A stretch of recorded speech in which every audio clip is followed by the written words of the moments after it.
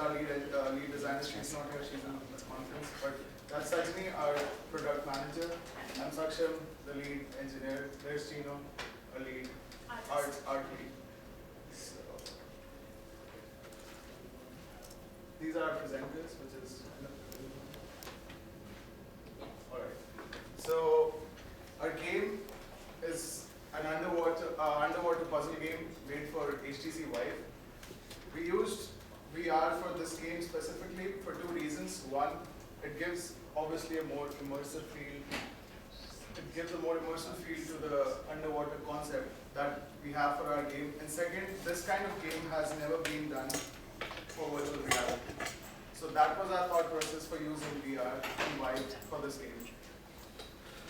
The concept of the game is that we are in 2086 and the environment has become hostile for human beings and to live in.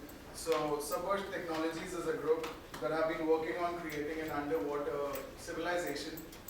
You, as a player, is a SubEarth engineer who works in a rig which is situated 40 miles outside of the Alpha Colony. Alpha Colony is the new civilization that SubEarth is working on. And there's an unexpected explosion which happens, and the rig is then filled with water and it's all destroyed. So the game begins as you wake up, you are situated inside the rig, and the whole point of solving the puzzles and the game is to find out what is the source of explosion and what made this rig collapse, and then get back to the Alpha Colony. To solve these puzzles, the most important factor for our game is to find out different objects, observe the environment, observe what is going on around you, take clues, take hints, use those objects to solve different puzzles, and that would move you throughout the level solving of the whole game. Valerie will take you to the design part. Hi, I'm Valerie. I'm the game designer of SubEarth. Christy is lead designer. She's not here, so I will talk about it. So I will first talk about the map. So this is the map of our first level. So our lead engineer has talked that basically you as a player, you will wake up in an outpost filled with water. So this is the first floor. This is the second floor, and we'll have different rooms in the floors that will have different items for interaction or provide information. And in the center, there's a central control room where you can see actually a screen which has a map and radar and other information about this outpost. And you will need to get certain game items and to get to the second level through solving some puzzles. And in the second level, there will be a moon pool and there will be a control panel. And in order to get out of this outpost, to get into your journey to the colony, you have to solve the puzzle and get out of this outpost. So this is just our first level map. So the first puzzle is actually to help you find your player suit. So a player suit is sort of a powerful suit that can allow you to be in the different sort of motion mode in the underwater environment, and it has an inventory sort of part that can let you hold your game items and your oxygen tank, which we'll be talking about next. So suit is a very important element because it allows you to breathe under the underwater environment, to sort of like stimulate the reality of the environment. Also, it has propulsors, which allows for different efficient underwater movements. So we have different modes of motion. And and it has slots, inventory to store game items. This is a brief sort of a screenshot of our art assets for the swimsuit. And our artist will elaborate on that later.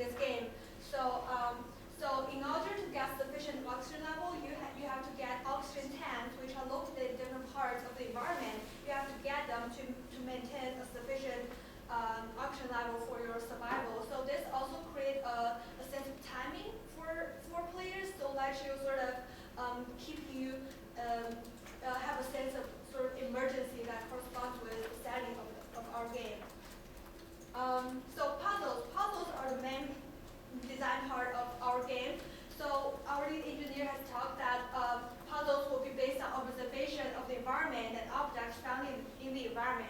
And one unique point about our puzzles is that we take advantage of the haptic feedback of the VR controllers, and we took advantage of the we made puzzles based on tactics. So many of our puzzles are tactile. You have to sort of manually like open the doors, things like that, and the controller will give you haptic feedback, so you will actually feel like you are immersed in this underwater environment. And our puzzles are not only based on are not only tactile, but you have to actually observe the environment and get information from different parts.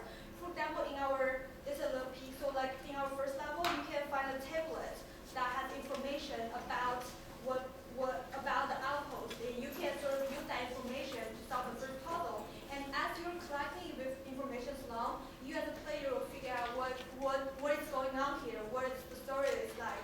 So through the puzzles, we deliver the story to players. So yeah, that's our puzzles. That's the design part. And I'll move forward to engineer. I'm Phil. I'm one of the software engineers for SubEarth. My fellow engineers are Saksham, we have Sean, and we have Sashwat. So just so you know, there are 4 of us that work exclusively on the engineering side of this. Yes. So because we're all using the agile software development process, I thought it made sense to kind of talk about how we as engineers apply the principles of agile and how that has both helped us and challenged us as engineers to create this game. Let me get out of the way so you guys can really see. The first and biggest one that we talk about is delivering valuable software every single week. And then sub to that for us as engineers is that we always maintain a runnable game between each other.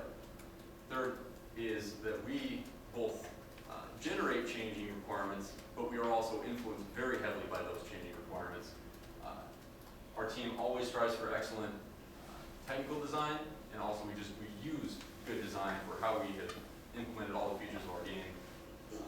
But last, and in my opinion, the most important is that every single one of us was motivated when we came in, and maintaining that motivation is fundamental to us continuing to make this game as good as we possibly can. You might click on here, sorry.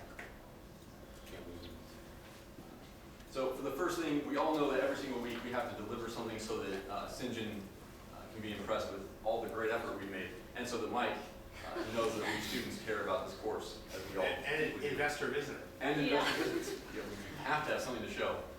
For us as engineers, what that means is we have implemented new features. Every week something has to have changed, hopefully for the better. Second is that it has to build, and that's just a continuation of what we do on a weekly basis, of what we do daily. But most importantly for our product, because it's VR, we have to test it on the Vive. It doesn't do anyone any good if we make stuff on the PC, we don't know if it actually works or feels right on the Vive. The second is that every single day between us software engineers, we work on features and we put them up so that we have access to what we've worked on. That way, if we have some sort of crossover that is going to create issues, we catch them early on. We've done this using GitHub, where we have a set of procedures stored on our Slack account that tells us exactly how to get a positive build-up and test it. But when we run into problems, we'll post that to Slack and we document our progress using our Trello. So we have a very robust system for tracking problems so that we're always tracking our progress, especially when someone's had a problem. Everyone knows pretty much as soon as it happens. A very big thing for our team is changing requirements. And actually I have a couple examples. One that came from Scrums very early on. We talked about, through the art asset, having these sort of propulsors. And initially, what we were going to do was kind of have them facing forward, and that would mean you'd kind of Superman around.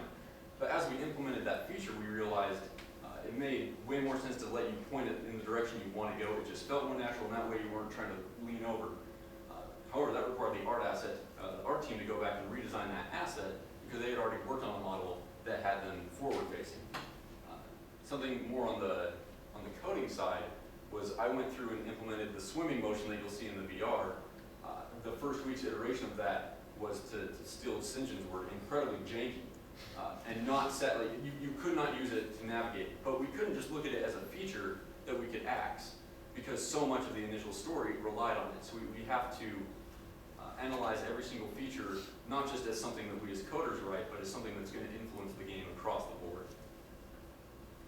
For our team, we have relied very heavily on object-oriented design because this has allowed us to create very high-level archetypes and pull them into very low. So every time we want to make a new object that you're going to interact with as a player, it means we create one new class, change maybe a little bit of the behavior of it, but the rest of it all works.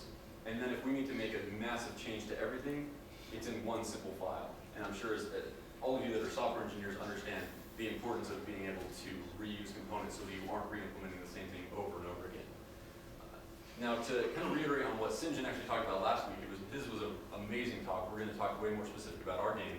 But VR presents an extreme challenge to us for many reasons. One, not every one of our developers have Vives at home.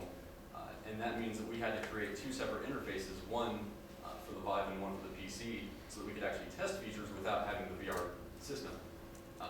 On top of that, you're going between swimming and propelling. So there's two more interfaces that have to be layered in properly for cross-communication with the actual hardware and with the computer interface, your typical WASDs. Third was the HMD tracking actually with the Vive versus the Unreal Engine and how that correlates with where it is in the real physical world and what you're doing versus what it does to your character. And getting that right, like Sinjin said, is incredibly difficult, and you end up thinking it looks good on screen, but you put on the headset and you start feeling incredibly nauseous and uncomfortable. And again, with Sinjin, if you weren't here, then hopefully you're getting something with this. You can't just use a typical heads-up display and paste it to the screen. You actually have to put it into the 3D world for it to behave properly. You lose a lot of belief in the system if you just throw a HUD in front of their screen. And very lastly, but to me incredibly personal, is the personal motivation to make an amazing game. Everyone on our team, when we came in, we all were excited to learn about the Vive and to learn how to use Unreal, not just for this game, but so that as we go forward, we have a suite of tools that we can use later on. But for me, it's a little more personal than that.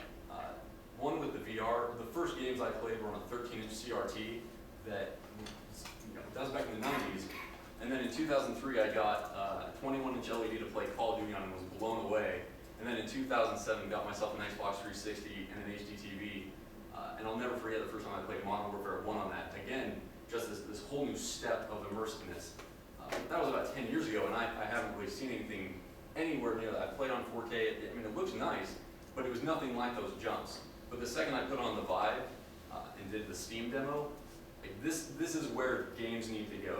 If games are not moving into VR in the next 10 years, those games need to die. I kid you not, like if you have not used it, please come see our team, anytime over the rest of the semester and just try it. It is an absolutely surreal experience. But why am I here? And this is not about the team, but this is definitely about me. I've been playing games since I was a little kid. My first AAA game was Command & Conquer 95 at the age of 6, maybe a little bit too mature for me, but I loved mastering those tools. And so I've loved games ever since. But my motivation actually to come to USC and make games was my son was born a little over 2.5 years ago. And when he was a couple months old, I was sitting on the couch. I was either playing Fallout 3 or Destiny. I'm not going to admit to one or the other with a toddler. But I had him sitting on my lap while I was playing, and he just sort of sitting there. And as I was playing, he reached out with his little hands and grabbed my thumbs and started trying to mimic what I was doing and trying to help me. I mean, he killed me over and over again, but I couldn't not let him try to help me. And ever since then, I've wanted to make games that I could play with my son and that I could enjoy with him. So for me, video games and the drive to make something truly wonderful has given me the ability to deal with the additional stress of trying to make an excellent game and focus detail on a whole new area of gaming.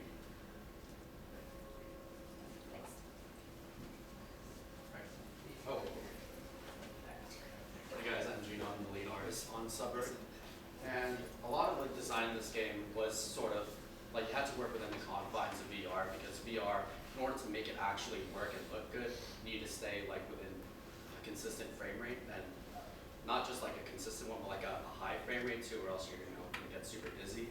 I mean, yeah, that's underwater, but at the same time, you're playing a game. You're not actually underwater. You don't want to be able to pass out while playing the game like in real life. So when we were doing the art style, I took a lot of inspiration from BioShock, Dead Space, but wanted to simplify it down so it's more industrial and you kind of get to the point of the function of things. Right now, there's a lot of like blues and like blue greens because of course it's underwater, but we're planning to use a lot of like warms to guide the player throughout the game itself. And these are just some iterations on the central room where you start on the rig. These are some suit designs. We were thinking something not exactly like heavily armored, but something heavily structured that could withstand being under like intense pressure. And we were experimenting with like an interface that would be on your wrist, but eventually we moved it to like a helmet HUD. So if you ever want to check that out, you can see how it's implemented. Apparently, it's really cool. Yeah, I'll see that and try that out. And what we have over here in the back is the openings for the oxygen tanks, and I believe the concepts are in here as well. Like the oxygen tanks. We have the gray box. Yeah. Yeah. So yeah, these are just iterations. You can see I took a lot of inspiration from Dead Space, Halo, etc. But at the same time, when I transitioned into the render, I wanted to make it so it would be easier to take it into low poly as opposed to keeping everything like super gritty, super realistic. And we would save all the gritty and realisticness for when we start implementing all of our maps and all of our textures. These are early iterations of the propulsor, where you would zoom through the water, just some different designs for how it would work. I believe we were still talking about making an actual physical gauntlet that would work with the Vive. This design, this is the front-facing one they were talking about earlier, but we're thinking of doing the one where it would face backwards. But what the original function was, you would have a trigger and you would grab onto it, push it down, and that's how you would propel yourself. And yeah, like I said, everything's sort of like geometric but still industrial, and then it would rely heavily on texture to sell the realism. These are some of our props. We have various control panel ideations up here, and then some ideations on how we would use the crank for this door. Like they were talking about making a manual crank for this door because you're underwater, you don't really have a lot of power, so that's part of the puzzle aspect. This treasure chest, well, I'm sorry, it would function as a treasure chest, but it's actually a toolbox where you pick up collectibles like perhaps oxygen or water or something to keep you replenished as you go throughout the game. These are just some ideations on oxygen tanks, and then a flashlight we're going to be implementing as well.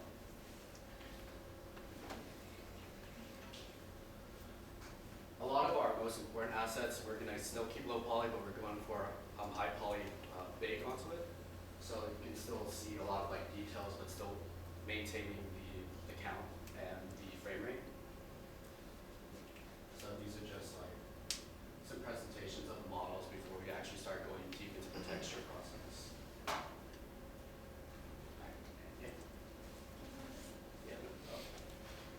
Okay, everyone still awake?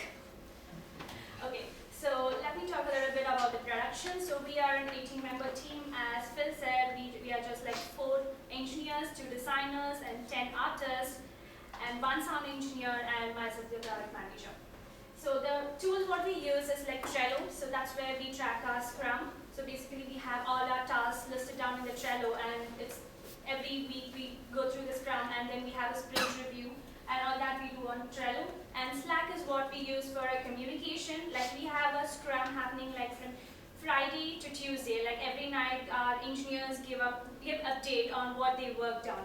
So even if at all they stuck somewhere, we discuss over the Trello, over the Slack. And the burn down chart, what we use is like the Trello's burn down itself. It is quite helpful for those who don't know about it. If you're using Trello, you have an online tool called Trello Burn Down to track your tasks. And yes, we are getting there towards the final. And GitHub is what we use for our code repository, and we have a Gantt chart like initially where we are tracking down all our tasks, and it's based on the Gantt chart that we decide what task has to be done like each sprint. So we do have mentioned like when we have to do a feature log and when we have to start doing our playtest and all such things. And WWise is our sound integration tool. So our sound engineer is still working on sound. So we just have a very basic sound right now. And towards the final, that's what we are planning to have to give you a better sound and then the real underwater experience. So next on roadmap. So towards the final, what we are planning to do is to refine interaction, is make it as smooth as possible and integrate the art and sound. So as I said, our sound engineer is still working on the sound and we have a lot of art already integrated into it, but we still have our artists working on many more art stuffs which we are planning to integrate onto our game. And a future plan that's for the next semester is like to come up with multiple levels. For this semester, we are planning only for like one single level. So the future plan will be on building on to it, like multiple levels. Alright, so we have our website.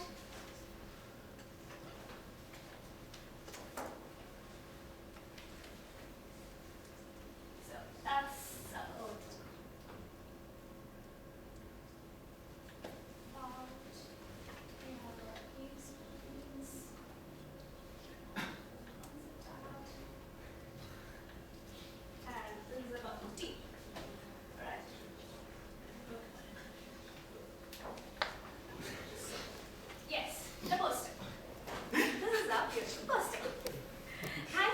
for getting it printed for us. Alright. So next is we are taking you to experience our underwater VR game, the demo.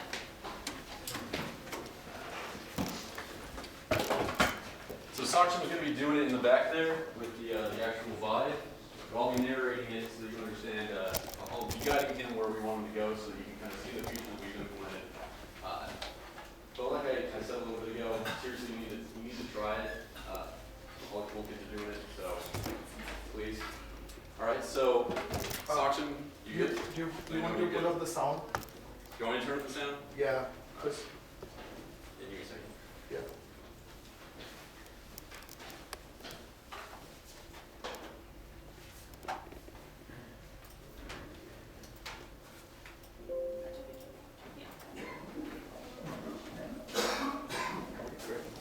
So right now we just have basically placeholders for the sound.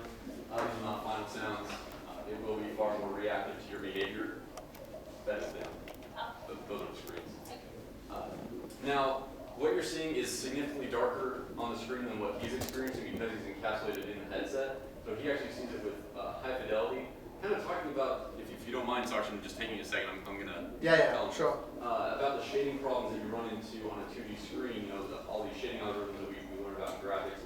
What's really nice about 3D is you can actually get away with a lot less than that because you actually have stereoscopic vision. The shadow requirement goes down because you're already seeing things in 3D where shadows on a 2D screen are what get you down. But here we're gonna actually showcase the features. As you can see, there's a heads-up display, but that is actually in the world, so that is following and tracking with his head. So Sakshan, can you show them the swimming? So the game actually uses the motion of your hands and does certain mathematical coolness to calculate a forward vector. That's a technical term, by the way, mathematical coolness. This is a very high poly version of the suit. That's actually 3.5 million birds. And that definitely tests our ability on these systems to actually generate all the models we want. So now he's going to go and he's going to take the heart. And put it on him. This is him putting on the suit. So now he has gone from swim mode to thrust mode. Can you show them thrusting forward? There you go. And Sakshan actually saw that in, I believe it's Batman Arkham VR, where you're going to take the bat symbol and put it on and get the suit. So that's going to be inspiration for that mechanic. Initially it was going to be way more complicated like StarCraft, but this works better. So these are your oxygen tank prototypes right now. Can you get one of those, Sakshan? And then put it in your, there you go. So now you see, can you step back? There we go. You can see his oxygen level across the top there, and it's ticking down. You can also have a left tank. And now you've got both. You can also place oxygen tanks in your inventory. They are tracked in real time, so if you take one out, its current oxygen level is maintained. You can put them in and out. Now can you show them down into the Yes. down to the main room? This is really one of the most awesome assets we have right now is this central control room. You'll see Saksham get into there. Now in here we have a handful of our actual game features. So like Gino was talking about, so the toolboxes that open up, we'll have objects in right now. Right now, what's inside the box is just another box. Moving down to this side, you'll actually see there's a floating behavior mapped to our current flashlight torch for you, not native to the US. We call it bolt torch and flashlight. When you see the lighting that is actually coming off it, can you grab that thing? There you go. And you can put that into your inventory and maintain it constantly around. It will track with you. You can turn it on and off. Nice. Most excellent. Sweet. Now he's going to go and he's going to get the tool that we're talking about for opening doors. Right now it's a simple collision detection, but it will get to where we're using haptics to actually create a rotational motion.